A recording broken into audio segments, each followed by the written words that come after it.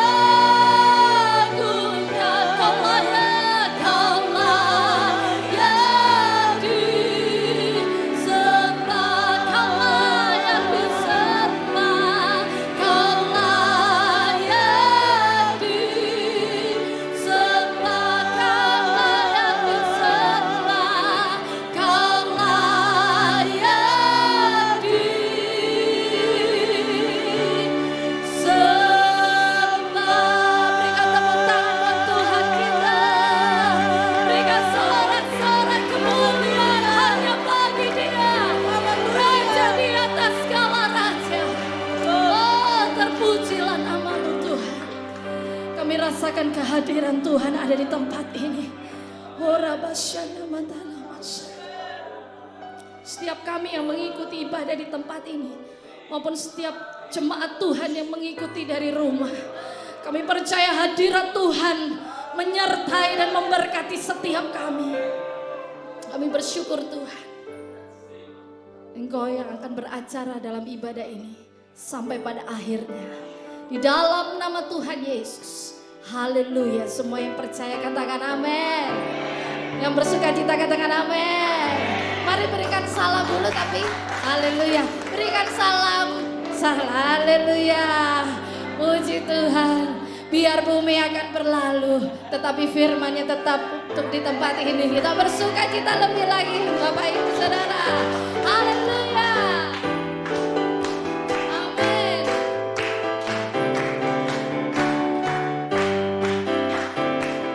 Biar bumi akan berlalu, amin. Biar bulan tak bercahaya lagi, biar langit akan bergoncang, matahari tak bersinar lagi, tetapi Tuhan Yesusku, amin, tak pernah ingkar janji. Semua yang difirmankannya pasti akan digenapi. Katakan biar bumi akan berlalu, biar bumi akan berlalu, amin. Biar bulan tak bercahaya lagi, biar langit akan bergoncang, matahari tak bersinar lagi, tetapi Tuhan Yesusku tak pernah ingkar janji, amin. Semua yang difirmankannya pasti akan digenapi. Aku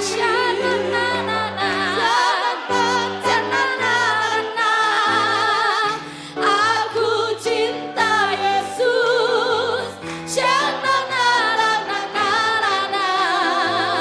Aku cinta Yesus.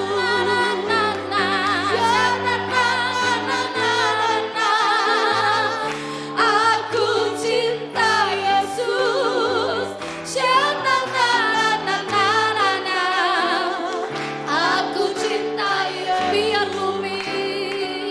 Biar bumi akan berlalu, biar bulan tak bercahaya lagi, biar langit akan bergoncang, matahari tak bersinar lagi, amin. Tetapi Tuhan Yesusku tak pernah ingkar janji.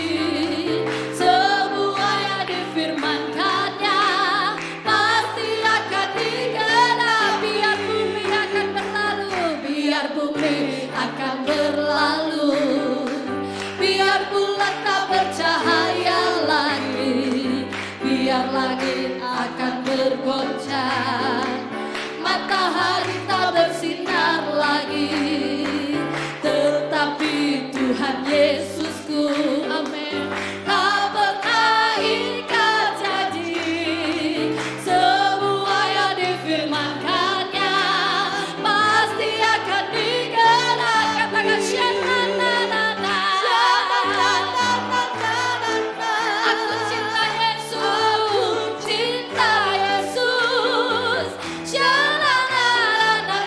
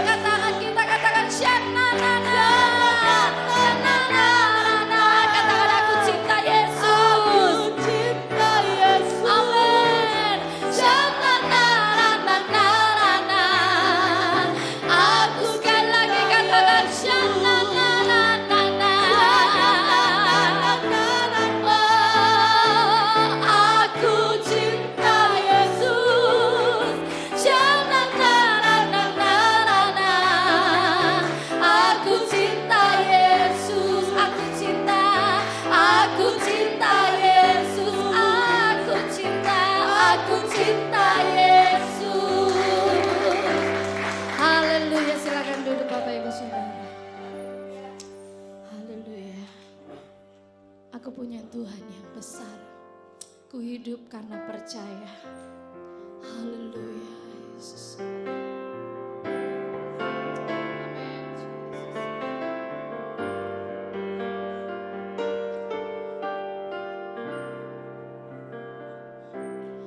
Ku hidup karena percaya, Kau yang berjanji setia, pengharapan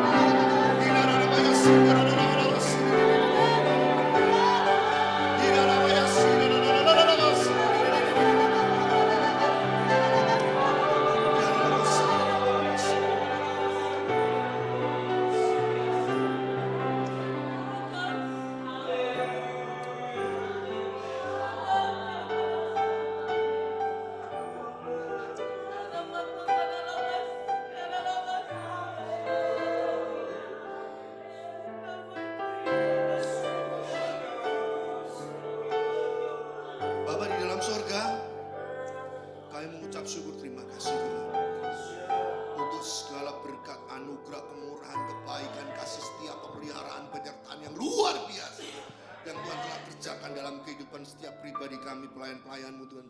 Sampai pagi hari ini kami masih boleh ada bersama-sama untuk memuji, memuliakan nama-Mu, untuk mengagungkan Engkau Allah yang kudus, Allah yang hidup, Allah yang besar, Allah yang berkuasa. Kuasa-Mu tidak berubah dulu, sekarang sampai selama-lamanya. Terima kasih Tuhan, terima kasih, terima kasih, terima kasih Tuhan, terima kasih. Terima kasih Tuhan, terimalah pujian kami, terimalah pengagungan kami sebagai ungkapan rasa syukur kami kepada Tuhan.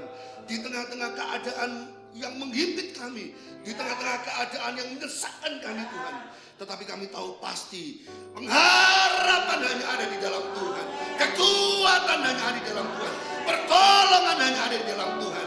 Dan kami percaya Tuhan, pada satu saat nanti, pada akhirnya nanti, kami semua akan bisa mengatasi semua keadaan ini dan keluar menjadi pemenang-pemenang di dalam Tuhan.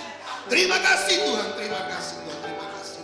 Sebentar kami mau mendengar sebagian kecil kebenaran firman yang ingin disampaikan Tuhan. Oh Tuhan, urapi, sucikan, kuduskan nama-Mu. Husik. Hikaras. Husika. Sikaralaya sora.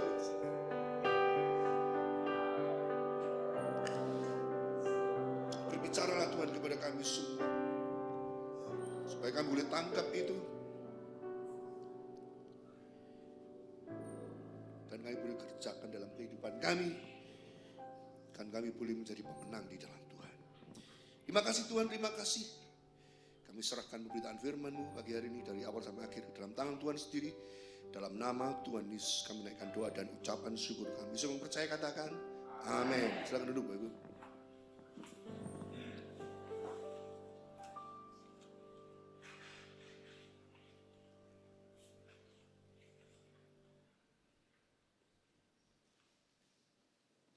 Salam, selamat pagi Bapak Ibu. Puji nama Tuhan. Ini sebenarnya harusnya ini Om Dandal yang menyampaikan ini. Saya juga, istri saya juga tanya-tanya, loh kok enggak Om sendiri yang menyampaikan, kenapa Om? Enggak tahu. Karena kondisinya lagi genting seperti ini Bapak Ibu. Tapi saya percaya enggak ada yang kebetulan di dalam Tuhan. Amin Bapak Ibu. Haleluya, puji nama Tuhan. Ya. Saya beri judul tema renungan atau khotbah pagi hari tentang di saat tekanan terjadi. Bapak, kalau kita lihat saat ini tekanan, ya, stres terjadi di mana-mana, Bapak ya. Tidak hanya orang kaya, orang miskin, tidak hanya perempuan, laki-laki, tidak hanya orang pintar, orang bodoh. Hampir seluruh dunia sekarang merasakan tekanan yang sama, disebabkan oleh satu hal yang tidak bisa dilihat oleh mata yang namanya coronavirus. Semua tertekan, semua sedih, ya, semua stres, semua kacau. Bahkan pemimpin-pemimpin dunia untuk memutuskan, ketika ingin memutuskan sesuatu untuk negaranya, dia harus berpikir 1000 kali. Karena banyak yang diakibatkan ketika keputusan itu diambil dan keputusan itu salah. Maka akibatnya akan luar biasa. Dan ini baru terjadi di dunia kita sekarang ini. Tapi puji Tuhan, sebagai anak-anak Tuhan, kita diberi bekal oleh Tuhan. Bapak ya. Nah, Mengapa sih saya sebut ini tekanan? Ya. Tekanan itu membuat setiap orang stres. Siapapun sekarang berpikir, ya, berpikir tentang bagaimana bisa lepas, bagaimana bisa lolos dari keadaan seperti ini, Ibu. Nah, waktu saya baca di dalam Kamus Besar Bahasa Indonesia, tekanan atau pressure seperti ini itu adalah keadaan yang tidak menyenangkan, yang umumnya merupakan beban batin, ya, yang berhubungan dengan beban batin. Ya. Dalam bahasa Inggris disebut oppression, yaitu perasaan terbeban berat, baik mental atau fisik oleh masalah atau oleh kondisi yang buruk. Kecemasan. Ini yang terjadi saat ini, Bapak Ibu. Siapapun kita, siapapun yang sekarang ini hidup dan tinggal di dunia, saya percaya mereka semua punya tekanan yang sama. Kecuali mereka yang tinggal di hutan sendirian, ya, yang putus dengan media massa. Selama dia hidup bersosialisasi dengan orang dan multimedia, semua akan mendapatkan tekanan yang sama. Nah, Bapak Ibu, reaksi seseorang dalam menghadapi tekanan adalah bermacam-macam. Yang paling sering kali ketika reaksi muncul ke dalam tekanan, yaitu resistensi, ya, penolakan, ya, menolak. Kalau bisa nggak bisa terjadi ini, ya. Saya ingat hukum alam dikatakan, ya, hukumnya Archimedes itu, ketika ada beban yang turun seberat benda itu, kalau ke air, dia akan mendapat penolakan sebesar berat benda itu juga. Ketika kita melihat berita yang mencemaskan, kita melihat berita-berita yang menekan kita akan berusaha untuk menolak kalau bisa sejauh-jauhnya. Ya, ditolak ini sejauh-jauhnya dengan segala kekuatan kita, dengan segala akal kita, dengan segala kepikiran kita, dengan segala apa yang kita bisa kerjakan. Kita akan lihat menurut Alkitab apa yang terjadi ketika orang itu mendapat tekanan, Bapak Ibu. Ya, Bapak Ibu. Gak usah, nanti ini yang Mazmur dibaca di rumah aja, Bu. Langsung saja, saya ingin supaya mempersingkat waktu. Matius 26 ayat 38.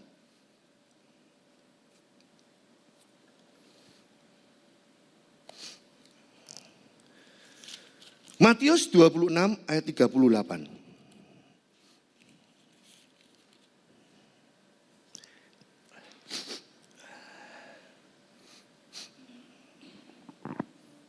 Ya. Lalu katanya kepada mereka, hatiku sangat sedih, seperti mau mati rasanya. Tinggallah di sini dan berjaga-jagalah dengan aku. Saya cuma ingin menggarisbawahi. Lalu katanya kepada mereka, hatiku sangat sedih, seperti mau mati rasanya. Siapa yang ngomong ini, Bapak Ibu? Halo? Siapa yang ngomong? Tuhan Yesus, ketika dia menghadapi tekanan yang berat, ya, di mana dia harus mengorbankan hidupnya, ya, maka dikatakan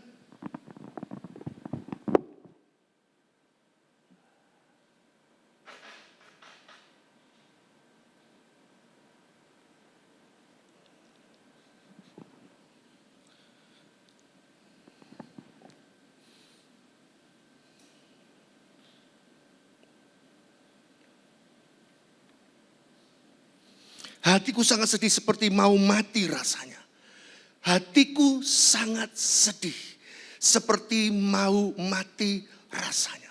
Ketika orang mendapat tekanan yang luar biasa, dampaknya itu kepada apa?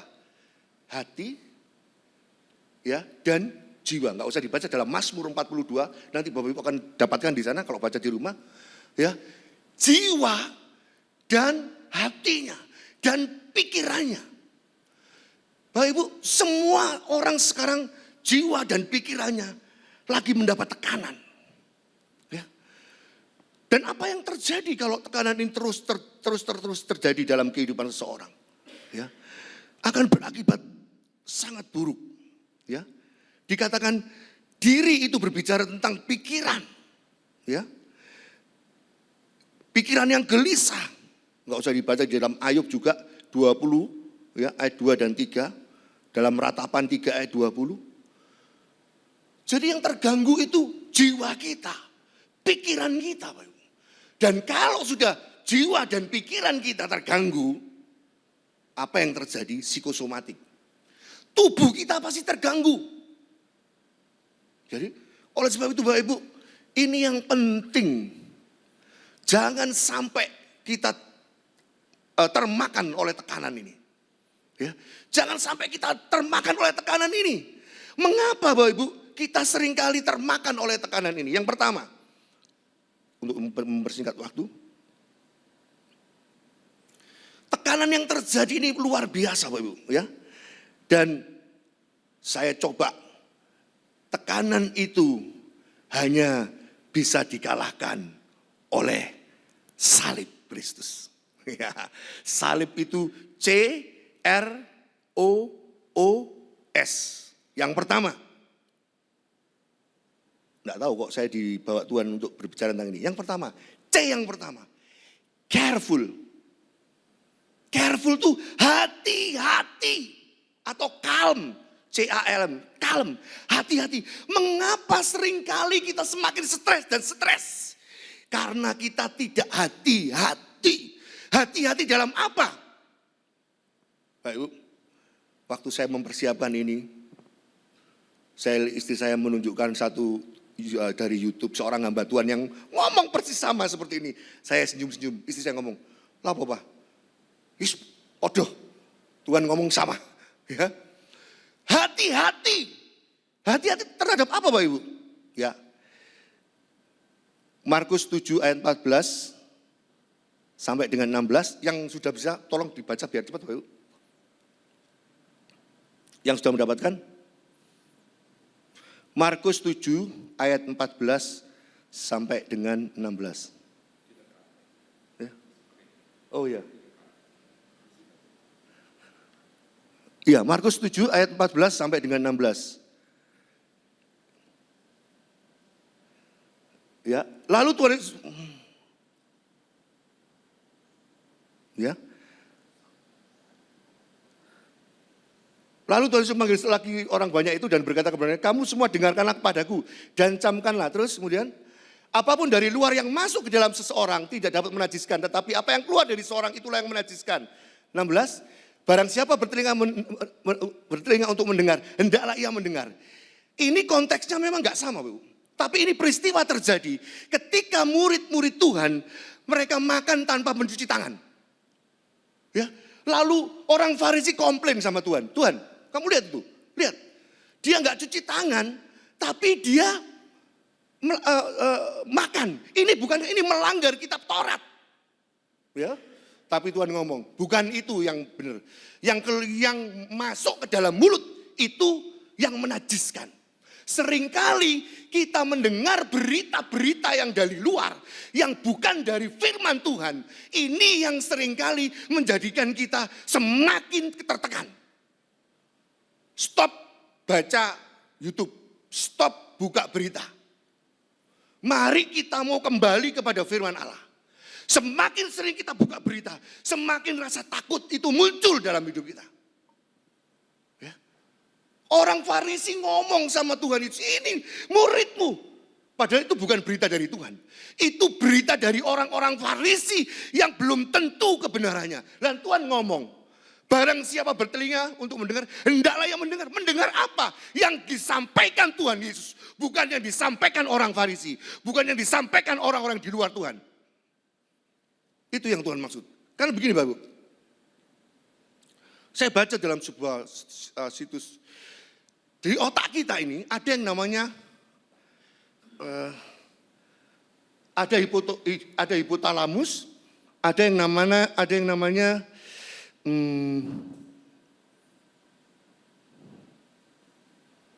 lupa saya namanya. Anik mata. Nah, Tuhan menempatkan anik mata itu di dekat telinga sini. Ya. Dan orang-orang yang banyak mendengar, Maka yang dipengaruhi ini anik mata ini. Dan anik mata ini Bapak Ibu, kemudian mengambil kesimpulan untuk fight and flight.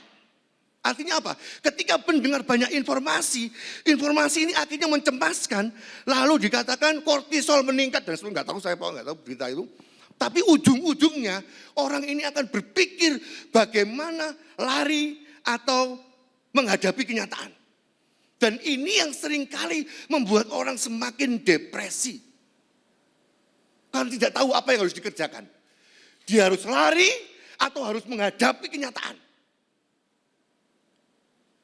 Saya mau katakan Ibu, firman Tuhan katakan kepada kita pagi hari ini, please hati-hati dalam mendengar berita yang masuk ke telinga kita. Saya juga heran kenapa kok hubungannya dengan telinga. Karena memang di dalam ilmu tadi dikatakan dekat dengan telinga kita. Ketika kita mendengar banyak informasi-informasi yang bukan dari Tuhan, semakin sekali itu membuat kita stres. Tetapi Tuhan ngomong, barang siapa bertelinga untuk mendengar, hendaklah ia mendengar. Mendengar apa? Perkataan Tuhan. Mulai sekarang berhati-hati, stop. Gak usah lihat, gak usah dengar berita-berita yang gak benar.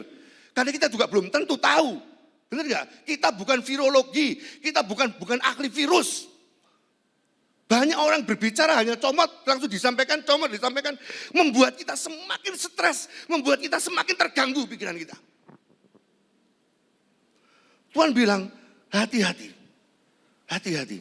Ya.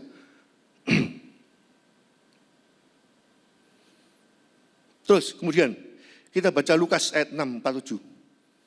Apa hubungannya ini?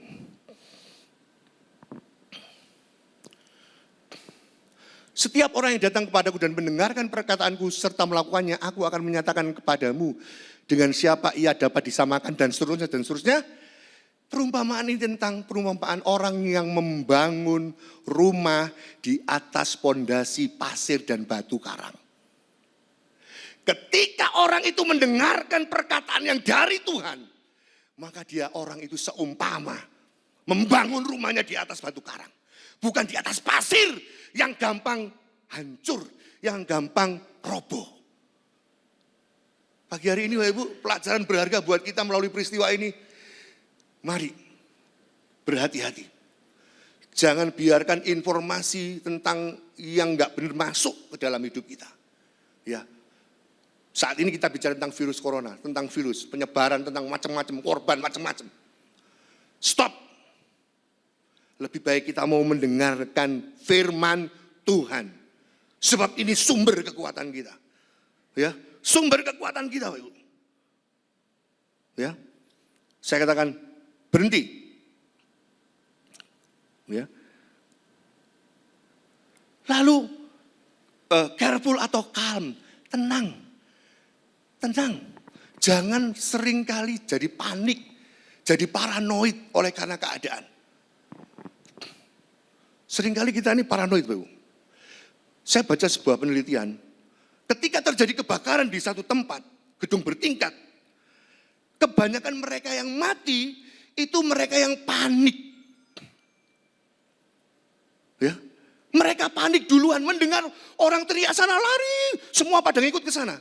Padahal pintunya di belakangnya dia. 95% korban yang mati di gedung bertingkat, itu bukan karena mereka salah jalan, enggak, tapi karena mereka panik. Ketika panik, kita tidak bisa menentukan arah. Ya.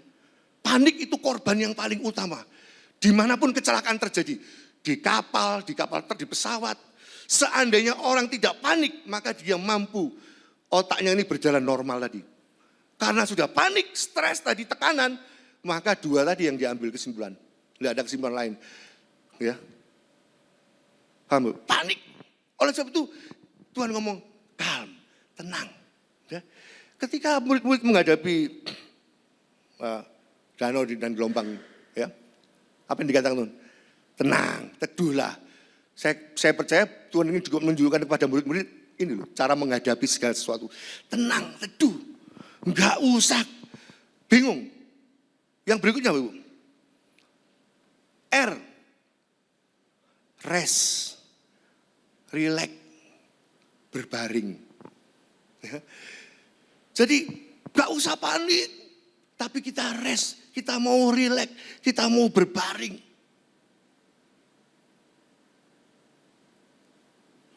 Coba baca Mazmur 116 ayat 7.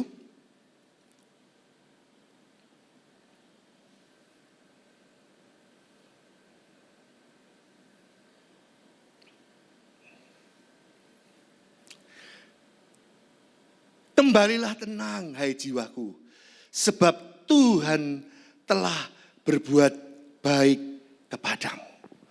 Kembalilah tenang, hai jiwaku, sebab Tuhan telah berbuat baik kepadamu.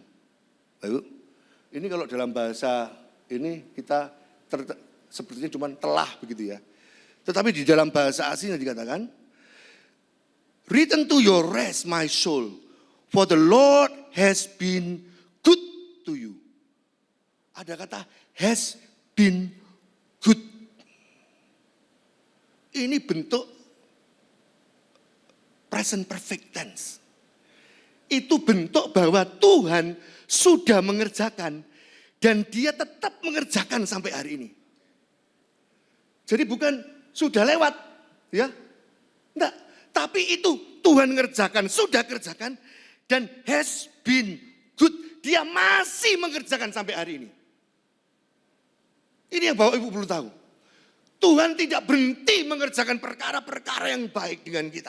Oleh sebab itu Tuhan ngomong, tenanglah jiwamu. Gak usah panik, aku masih mengerjakan perkara-perkara yang baik buat kamu. Ya?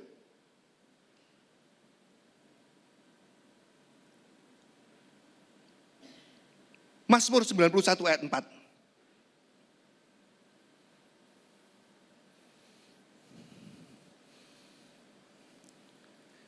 Mazmur 91 ayat 4.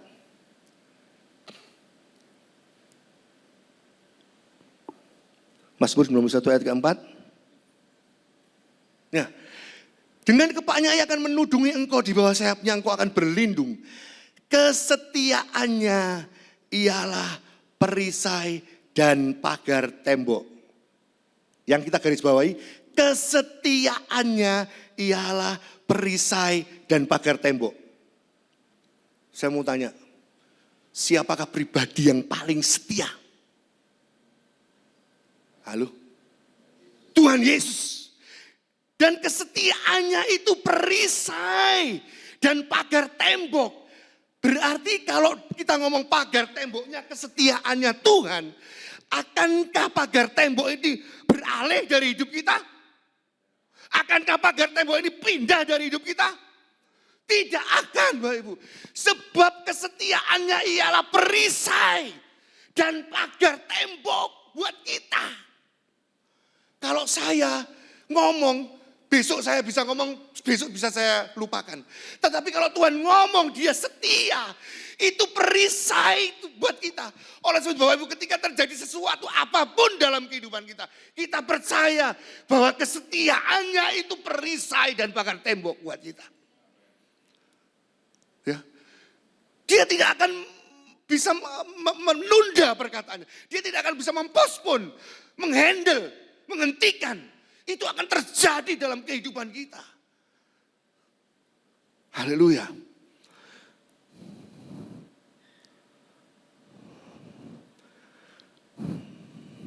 Ya. Yesaya 31 ayat 5. Yesaya 31 ayat 5.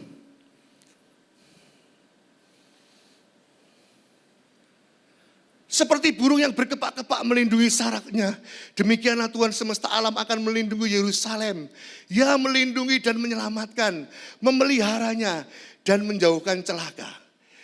Di situ ada kata akan melindungi. Sepertinya belum dilakukan gitu ya. Ya. Tuhan akan melindungi Yerusalem dan melindungi dan menyelamatkan dan menjauhkan celaka.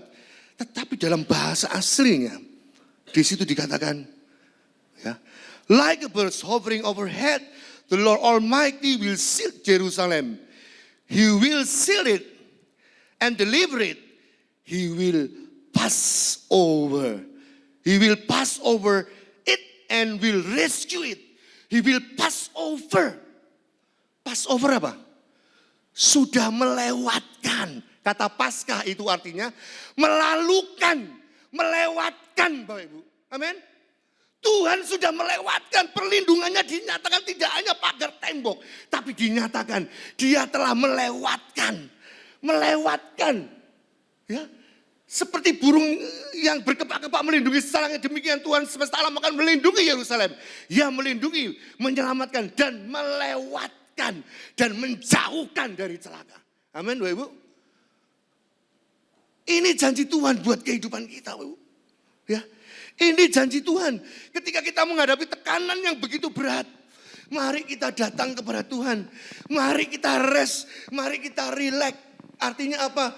Mari kita datang kepada Tuhan. Mari kita mengingat betapa Tuhan itu luar biasa. Betapa janji-janjinya yang diberikan kepada kita itu tidak akan pernah tidak dikerjakannya dalam kehidupan kita.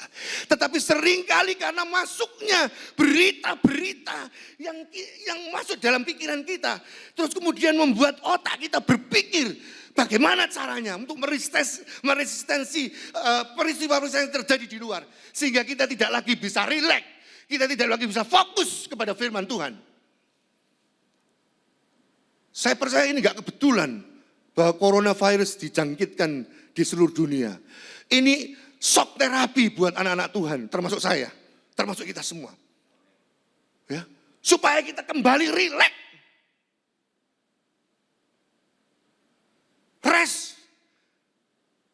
Beristirahat di dalam Tuhan. Cari Tuhan. Temui Tuhan.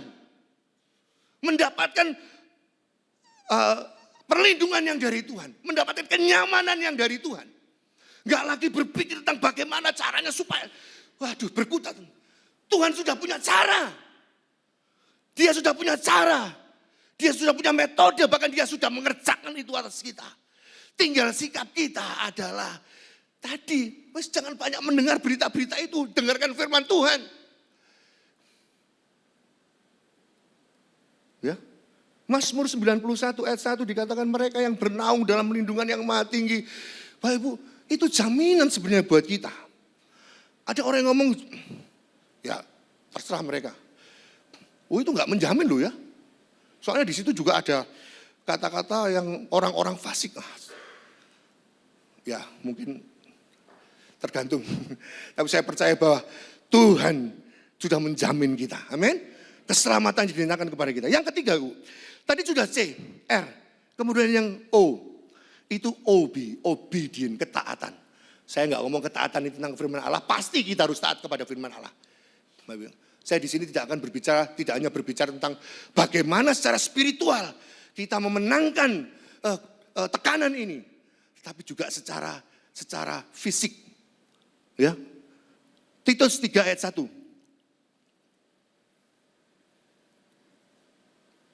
Ingatkanlah mereka supaya mereka tunduk pada pemerintah dan orang-orang yang berkuasa. Taat dan siap untuk melakukan setiap pekerjaan yang baik. Bapak Ibu, kalau taat firman sudah dengar terus setiap hari, setiap minggu. Tapi untuk saat-saat ini kita juga harus taat ini, Bu. Ya. Kita juga harus realistis. Ya. Firman Tuhan itu berbicara tentang iman, tetapi firman Tuhan juga berbicara tentang realistis. Seperti yang dikatakan, kalau kita minum racun, kita tidak akan mati. Coba sekarang kalau kita minum racun, mana racun tak minum? Ya mati Bapak Ibu. Konteksnya beda. Ya. Minum racun itu ketika kita mau mengabarkan Injil. Seperti Rasul Paulus. Ya. Pada saat kita mengabarkan Injil dan diracun, digigit ular bludak. Enggak mati.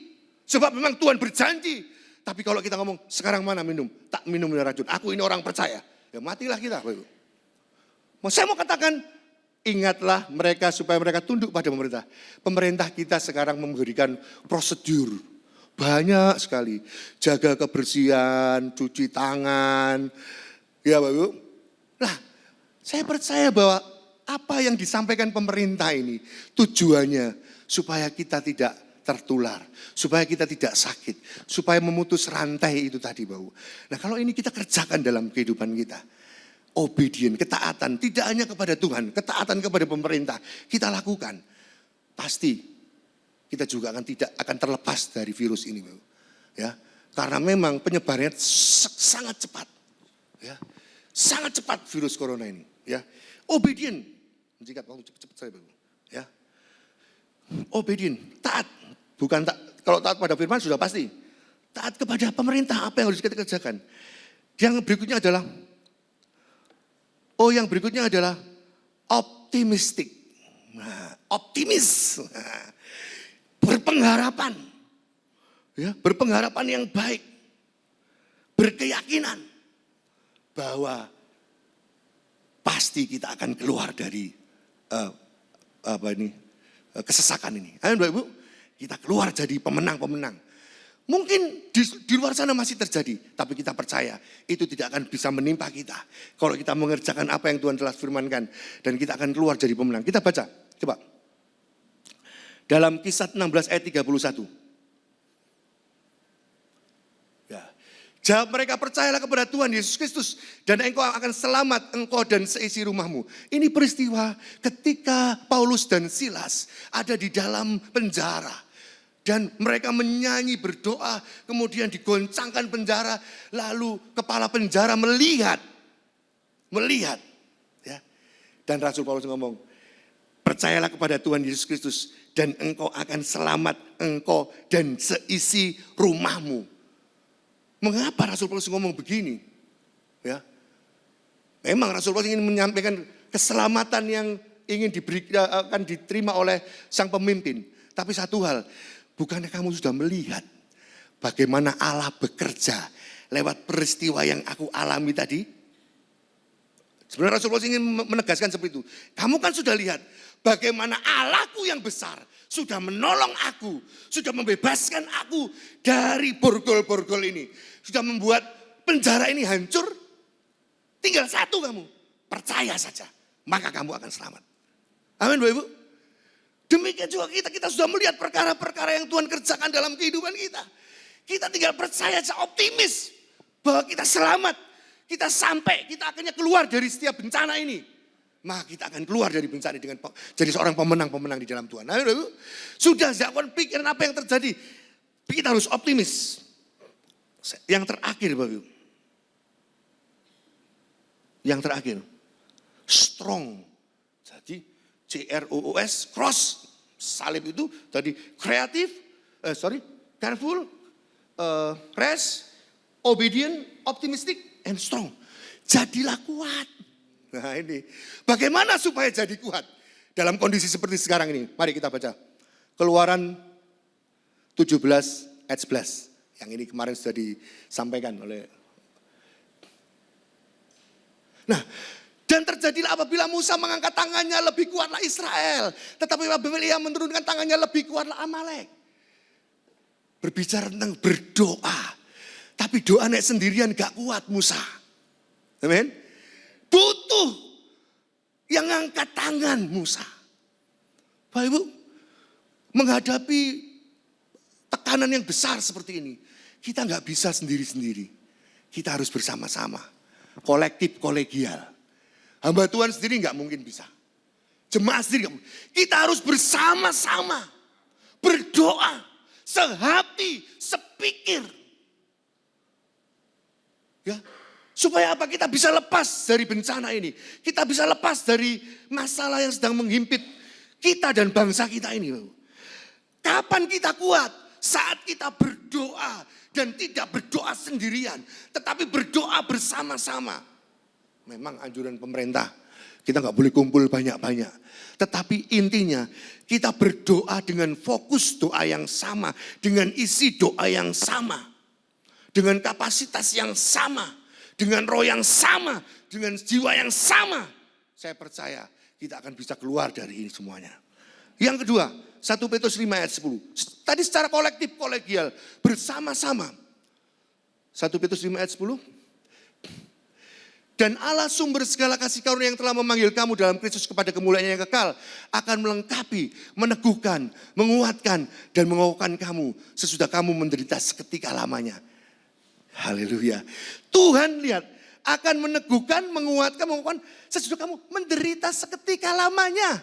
Ini enggak lama Bapak Ibu. Ya, enggak lama. Waduh, 14 hari di rumah. Aduh, gak bisa kemana-mana. Aduh, banyak orang yang mulai stres. Nanti gimana kalau sembako habis ya? Gak mau. Bapak Ibu. Tapi Tuhan dikatakan akan meneguhkan, menguatkan. Tadi Tuhan bekerja, kita juga bekerja bersama-sama. Ya, secara kolektif berdoa bersama-sama. Belum cukup, yang terakhir.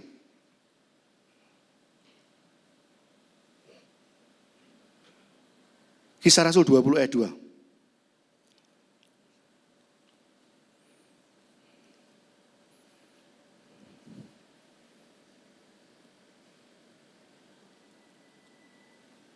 Ayat 2.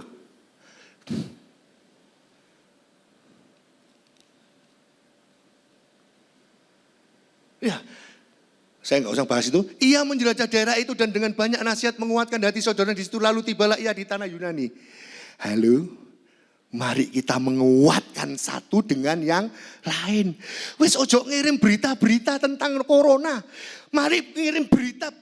Kalau ini dia datang sendiri. Sekarang metode teknologi sudah canggih, Bapak Ibu. Kita punya internet, kita punya HP. Tolong share yang untuk menguatkan satu dengan yang lain.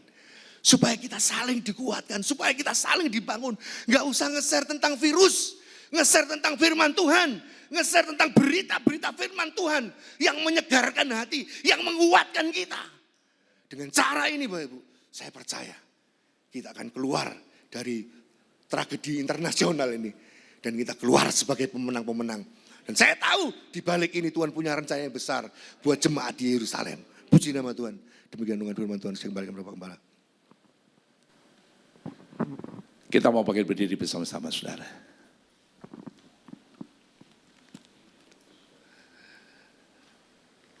Kami berterima kasih kepada Tuhan. Kalau saat ini kami bisa berkumpul bersama-sama di rumahmu ini, kami tahu apa yang kami lakukan tidak sia-sia. Kami sedang mengundang hadiratmu turun di tengah-tengah jemaatmu. Dan kami sebagai imam-imam mewakili jemaat Tuhan untuk datang dan menghadap kepada Tuhan. Karena kami tahu kalau kami bisa menangkap apa yang Tuhan berikan pada kami, maka seluruh jemaat Tuhan yang hari itu ada bersama kami, tapi mengikuti siaran ini, mereka akan diberkati oleh Tuhan. Kami percaya Tuhan, segala sesuatu Tuhan izinkan terjadi, tapi Tuhan tidak pernah lepas tangan. Tuhan adalah Tuhan yang setia dalam semua yang Tuhan janjikan. Oleh sebab itu Tuhan, biar Kau selalu berbicara ke seluruh umatmu, jemaatmu, dimanapun mereka berada. Sehingga mereka tetap aman dalam perlindungan Tuhan. Terima kasih Tuhan, firman-Mu yang sudah kami dengar pada siang hari ini.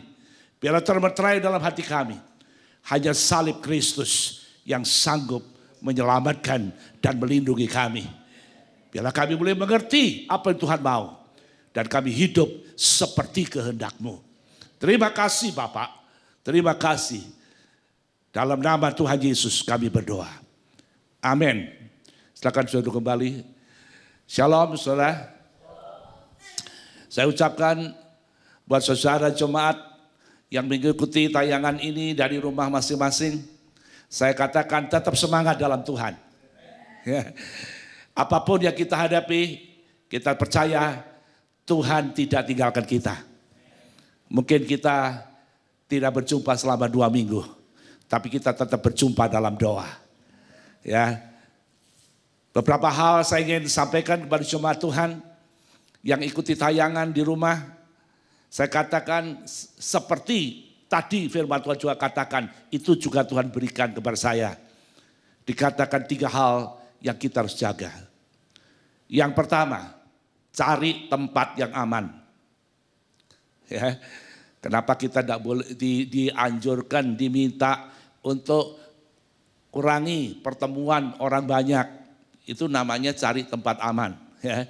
Tapi dari mimbar ini saya sampaikan kepada jemaat Tuhan yang mengikuti siaran ini, saya bilang cari tempat aman. Apa itu? Sudah disinggung tadi bilang, jangan terlalu banyak dengar berita-berita yang dari dunia. Itu berita yang bukan membuat kau kuat, tapi bikin kau takut. Ya, bikin kau khawatir, bikin kau stres. bikin kau tidak ada semangat lagi. Sedangkan firman Tuhan bilang hati gembira itu obat. Ya, bagaimana saudara bisa mendapat kekuatan kalau kau stres, kau takut, kau khawatir. Maka dibilang batasi. Seperti yang dikatakan firman Tuhan bilang, kalau bisa gak usah dengar yang saudara pun juga gak ngerti dari dunia.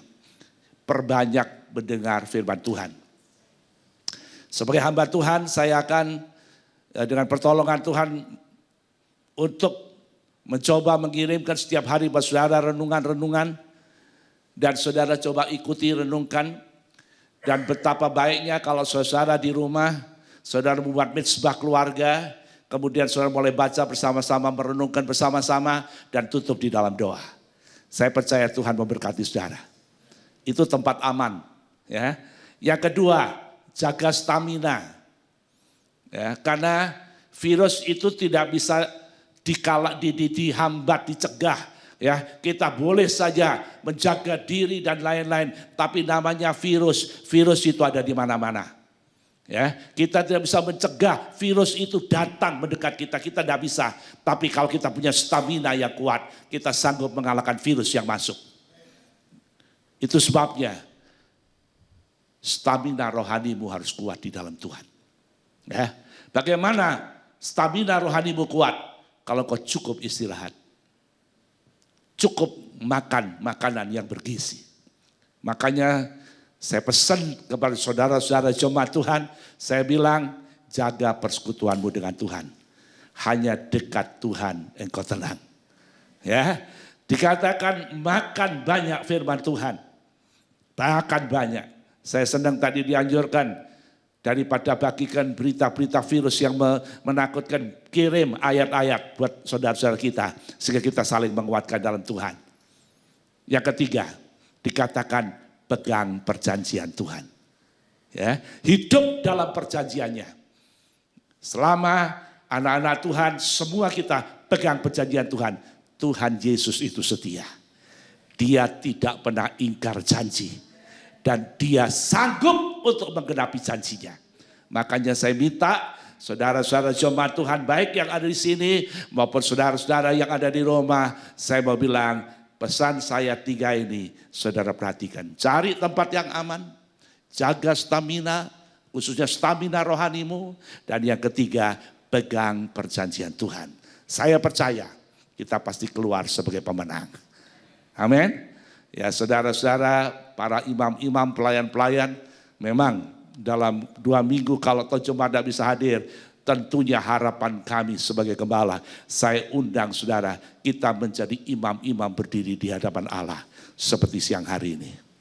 Kita mewakili jemaat untuk menangkap apa yang Tuhan bicara kepada kita. Dan kita sampaikan kepada jemaat Tuhan. Terima kasih. Ya, buat saudara-saudara yang sudah hadir, saya yakin jerih lelamu tidak sia-sia. Tuhan akan memberkati saudara. Buat saudara jemaat yang ada di rumah, jangan putus asa. Tetap bersukacita, tetap memuji Tuhan, tetap bergaul dengan Tuhan lewat firman, lewat doa. Ya, sampai kita berjumpa kembali pada waktu yang Tuhan sudah tetapkan. Amin. Ya. Sekali lagi sebelum kita akan tutup ibadah ini, kita akan bangkit berdiri, kita akan berdoa untuk saudara semua, bahkan mintakan berkat buat jemaat Tuhan. Terima kasih Tuhan, pada akhir daripada ibadah kami pada siang hari ini, kami percaya segala sesuatu boleh terjadi. Tapi Tuhan, Engkau baik bagi kami. Engkau tidak lepas tangan. Engkau tidak biarkan kami. Oleh sebab itu Tuhan, hamba memohonkan berkat bagi setiap jemaat Tuhan. Diberkati Engkau dimanapun Engkau berada. Diberkati keluargamu, usaha pekerjaanmu, kesehatanmu, hidupmu, terlebih rohanimu. Diberkati waktu kau keluar, diberkati waktu kau masuk, dimanapun kau berada. Angkat tangan saudara. Terimalah berkat yang dari Tuhan, damai sejahtera dari Allah Bapa, cinta kasih dari Tuhan Yesus Kristus, persekutuan dengan Roh Kudus menyertai saudara mulai sekarang ini sampai Tuhan datang yang kedua kali. Dalam nama Tuhan Yesus Kristus kami sudah berdoa. Katakan semua, amin.